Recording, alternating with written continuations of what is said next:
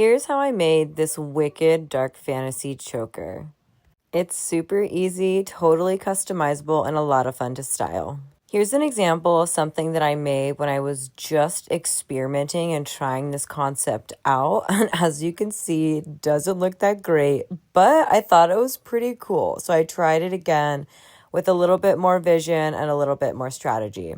And it's literally so simple, you guys. All I'm doing is drawing on this silicone mat, and I'm using my previous example just to try to get the dimensions correct because I liked the general sizing of the previous model.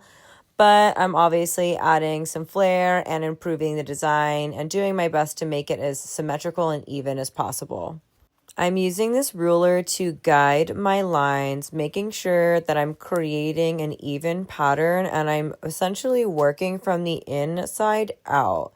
And anytime I felt like I needed to reference just to get a general idea of how big I wanted this piece to be, I just referred back to my original model, but you can kind of guess on yourself to see how long or how short or how wide you'd like your design to be. And from here, all I'm doing is just kind of creating these icicle droops that go down, and I'm just extending those bits kind of like spikes that come above.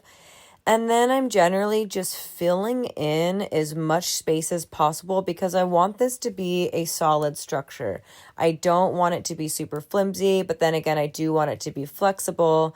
So I'm just really thickening all of the lines that I want really transparent. And then I'm going back in between those lines just to kind of create some like creepy squiggles and just like different dimensions and interesting patterns that I know are going to look cool once the spray paint comes in. And this is going to get messy. As you can see, there's like little hot glue strings everywhere. You just got to trust the process. You'll clean it up later.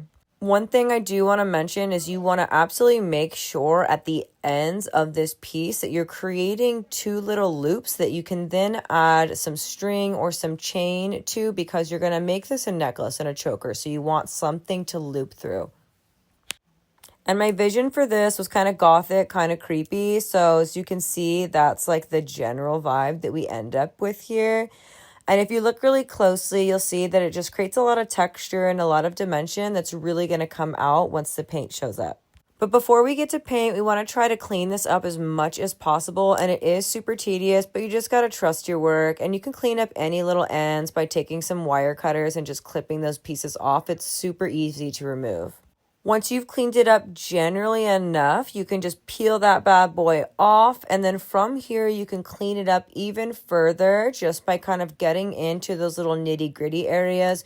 But you want to make sure you're doing this safely and gently so that you're not ripping any of your design.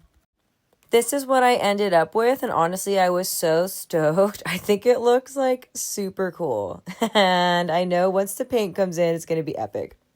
From here, I'm just using a silver spray paint, and I'm making sure to get both sides and try to get into all those little nooks and crannies because you are going to be wearing this, so you do want it to be fully silver or whatever color you choose. You just don't want any of the glue showing through, so do a good job with your paint.